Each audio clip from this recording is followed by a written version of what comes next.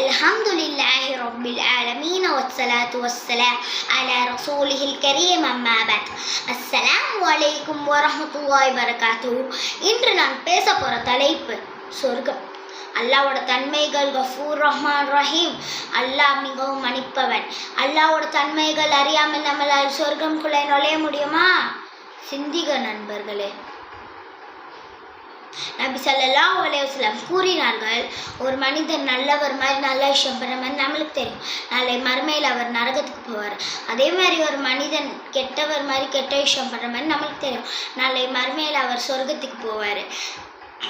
இதனால தான் அல்லாஹ் சொல்லியிருக்கான், தொழுதால் மட்டும் சொர்க்கம் கிடையாது, ஜகாத் கொடுத்தால் மட்டும் சொர்க்கம் கிடையாது, வாரம் வாரம் உம்ரா போனால் மட்டும் சொர்க்கம் கிடையாது, ஹஜ் செய்தால் மட்டும் சொர்க்கம் கிடையாது.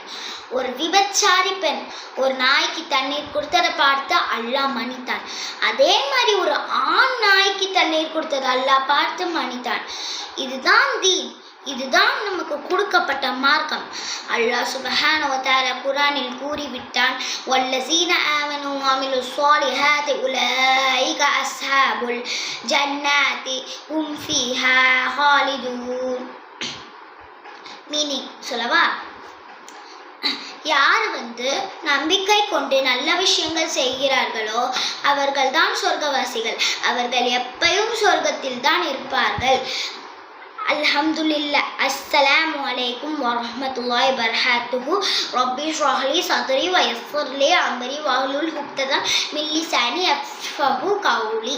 அஸ்ஸலாமு அலைக்கும் வரஹ்மத்துல்லாஹி வபரகாத்துஹு.